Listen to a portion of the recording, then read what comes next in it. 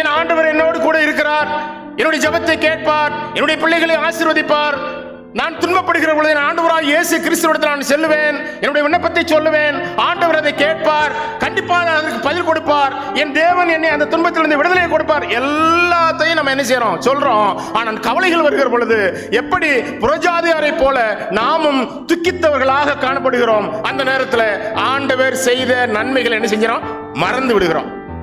அதான் நம்ம சொல்றோம்ல, மாமிசமா பலவீனமானது, மாமிசமோ பலவீனமானது. அந்த ஒரே வார்த்தை சொல்லிட்டு என்ன செஞ்சிடும், முடிச்சிடும்.